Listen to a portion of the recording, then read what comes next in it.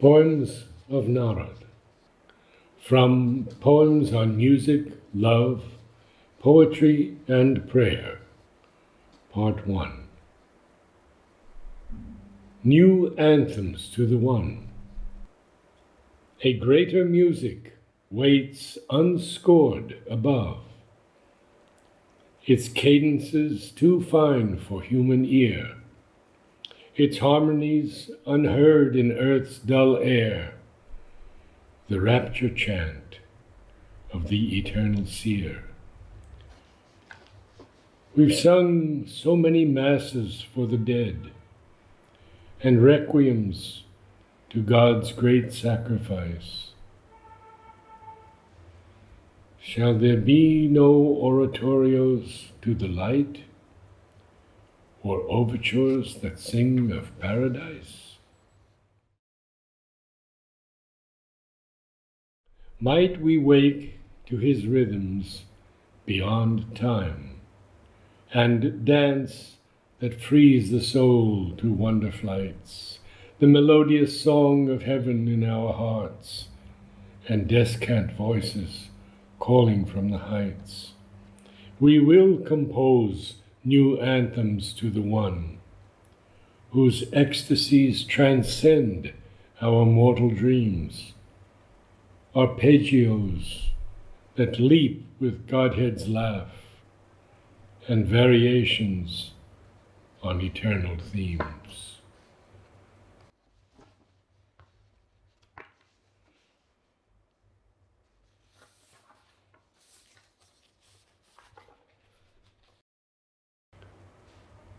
O music,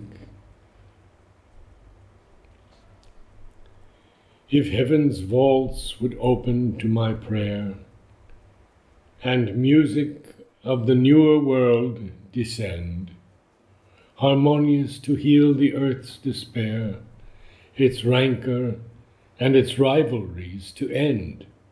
For this my life as instrument I give, and listen for the sanctifying sound, to hear again those subtle strains I live, that open to the Spirit's native ground. For there the forces of division fail, the fuel that fires our greed, our hate, our lust. In flames consumed, so bright the sun seems pale, and all our littleness reduced to dust. O music, touch our hearts, play on these strings, the songs that tune our lives to higher things.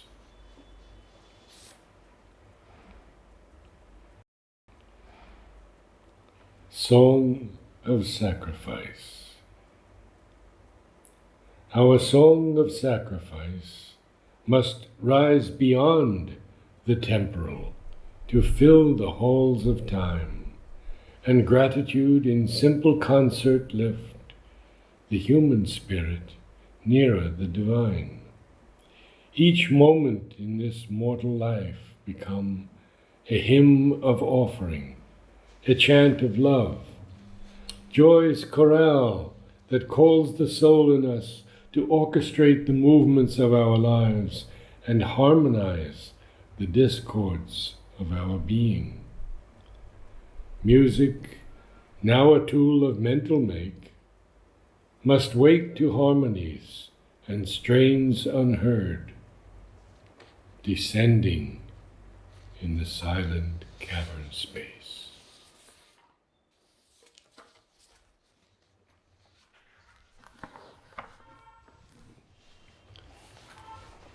The Hymn of Human Destiny.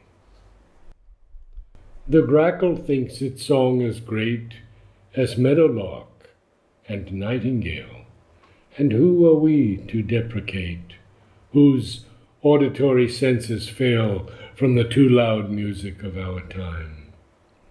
Could we, in silence, like the deer, catch the harmonies sublime, we then might note upon the ear diviner music, ethereal sound.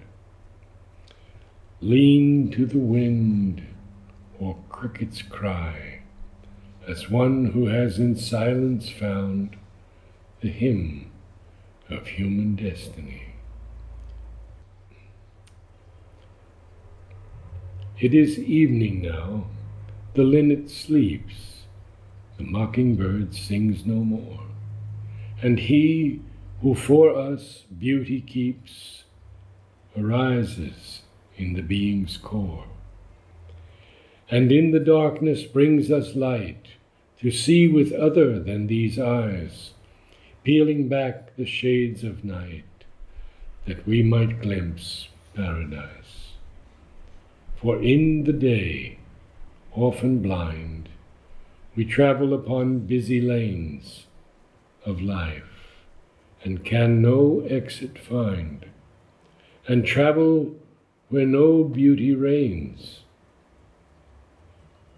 Yet who would leave before the hour assigned to him by the unknown, but felt within the bud and flower, in the heart's bliss and in the stone?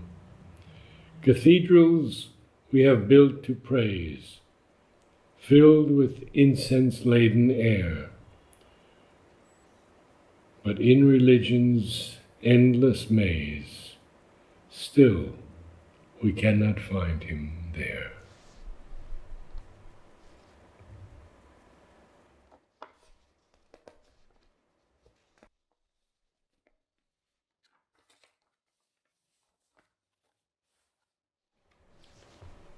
Psalms of Ecstasy.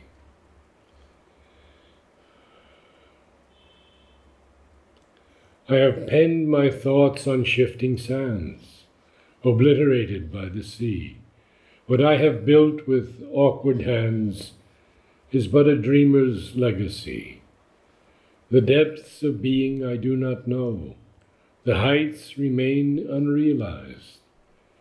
The spirit's lamp is but a glow, immortal, yet undivinized. But my soul is guided through the night in the unfolding mystery by one who made me for delight to sing my songs of ecstasy.